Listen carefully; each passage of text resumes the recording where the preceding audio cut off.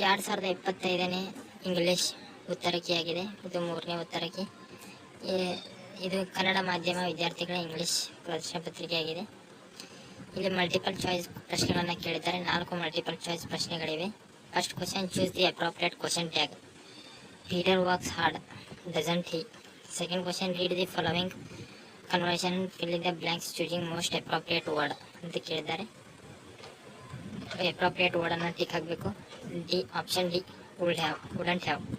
Third question, read the conversation, choose the language function ಅಂತ ಕೇಳಿದ್ದಾರೆ. Language function ಯಾವುದಂತ ಬರೀಬೇಕು. Option B, giving direction. Fourth question, read the conversation, choose the infinitive ಅಂತ ಕೇಳಿದ್ದಾರೆ. Infinitive ಯಾವ word ಅಂತ tick ಹಾಕಬೇಕು. Option B, to buy. ಇದು ಗ್ರಾಮರ್ ಪಾರ್ಟ್ ಆಗಿದೆ. 12 ಪ್ರಶ್ನೆಗಳನ್ನು ಗ್ರಾಮರ್ ಪಾರ್ಟಿಂದ ಕೇಳಿರ್ತಾರೆ. ಫಿಫ್ತ್ ಕ್ವಶನ್ಸ್ ಸಿಲೆಬಲ್ ಕೇಳಿದ್ದಾರೆ. ಏನಂದ್ರೆ ಯಾವುದು ಸಿಲೆಬಲ್ ಅಂದರೆ ಅದು ಪ್ರಾಪರ್. 6 ಕ್ವಶನ್ ಕಾಲಮಿಗೆ ರಿಲೇಟೆಡ್ ಕಾಲಂಬಿಯನ್ನು ಬರೀಬೇಕು. Hand bag.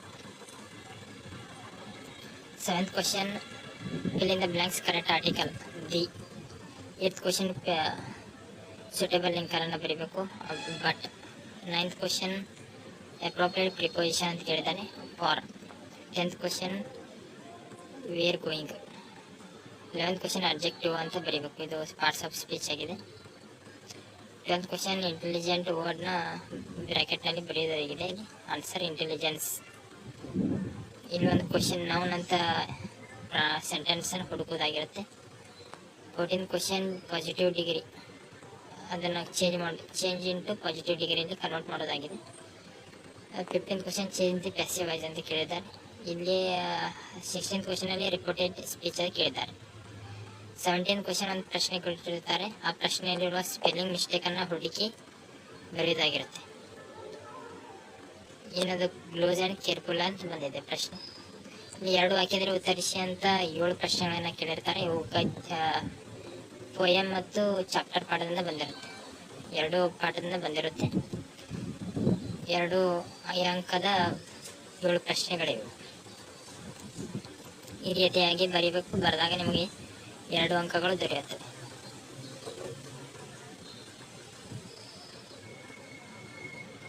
ಇವು 2 ಅಂಕದ ಪ್ರಶ್ನೆಗಳು. ಮತ್ತು ಇಲ್ಲಿ 5 ಭಾಗದಲ್ಲಿ 5-6 ವಾಕ್ಯದಲ್ಲಿ ಉತ್ತರಿಸಿ ಅಂತ 2 ಪ್ರಶ್ನೆ ಕೇಳಿದ್ದಾರೆ. ಒಂದು ಸ್ವಾಮಿ ದಿ ಹೀರೋ ಪಾಠದಿಂದ ಒಂದು ಕೇಳಿದ್ದಾರೆ. ಮತ್ತೊಂದು ದಿ ಗ್ರ್ಯಾಂಡ್ ಮಾಸ್ ಸಮ್ಮರಿ ಪಾಠದಿಂದ ಒಂದು ಕೇಳಿದ್ದಾರೆ. ಇದು ಪ್ರಮುಖ ಪ್ರಶ್ನೆಗಳಿವು. 27ನೇ ಪ್ರಶ್ನೆ, ಎಕ್ಸ್ಟ್ರಾಕ್ಟ್ ಅನ್ನು ಕೇಳಿರ್ತಾರೆ.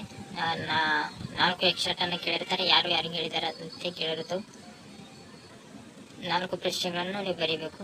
ಇದು ಒಂದು ವಾಕ್ಯದಲ್ಲಿ ಉತ್ತರಿಸಿದ ಹಾಗೆಯೇ ಇರುತ್ತೆ ಪ್ರಶ್ನೆ. ಇನ್ನು ಭಾಳ ಕಠಿಣ ಆಗಿರೋದಿಲ್ಲ.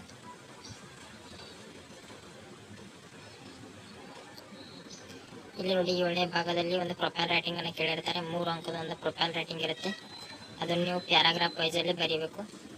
ಮತ್ತು ಇದು 3 ವಾಕ್ಯದಲ್ಲಿ ಉತ್ತರಿಸಿ ಅಂತ ಸೂಟೇಬಲ್ ಲಿಂಕರ್ಸ್ ತೆಗೆದುಕೊಂಡು ನೀವು ತುಂಬುವುದಾಗಿರುತ್ತೆ ಬಿಟ್ಟ ಸ್ಥಳವನ್ನು. Study the picture. ಈ ಪಿಕ್ಚರನ್ನು ನೋಡಿಕೆಸಿಲ್ಲಿ ಅದರ ಬಗ್ಗೆ ಬರೆಯೋದಾಗಿದೆ. ಆ ಪಿಕ್ಚರಲ್ಲಿ ಏನಿದೆ ಅದಂತ. ಅದೇನಿರ್ಬೇಕಂದ್ರೆ ಡಿಸ್ಕ್ರಿಪ್ಷನ್ ಚಲೋ ಆಗಿರಬೇಕು ಮತ್ತು ಲ್ಯಾಂಗ್ವೇಜ್ ಎಕ್ಯುರಸಿನೂ ಕರೆಕ್ಟ್ ಆಗಿರಬೇಕು.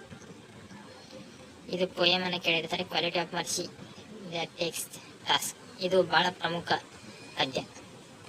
ಇದನ್ನು ಮಾಡಿಕೊಂಡು ಹೋಗಿ. 4 ಅಂಕದ ಪ್ರಮುಖ ಪದ್ಯವದು. ಇಲ್ಲೊಂದು ಗದ್ಯವನ್ನು ಕೊಟ್ಟಿರ್ತಾರೆ. ಗದ್ಯವನ್ನು ಓದಿಕೊಂಡು ಕೊಟ್ಟಿರೋ ಪ್ರಶ್ನೆಗಳನ್ನು ಉತ್ತರ ನೀಡುವುದಾಗಿರುತ್ತೆ.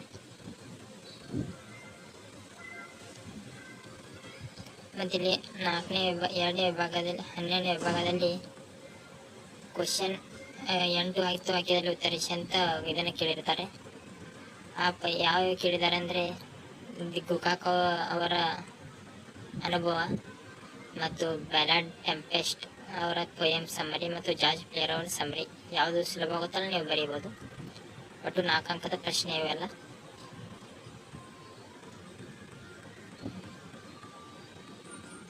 ಇದು ಎಸ್ಸೆ ಆಗಿದೆ. ನಿಮ್ಗೆ ಯಾವುದು ಸುಲಭ ಆಗುತ್ತಲ್ಲ ನೀವು ಎಸ್ಸೆ ಬರೀಬೋದು. ಮತ್ತೊಂದು ಲೆಟರ್ ರೈಟಿಂಗನ್ನು ಕೇಳಿದ್ದಾರೆ.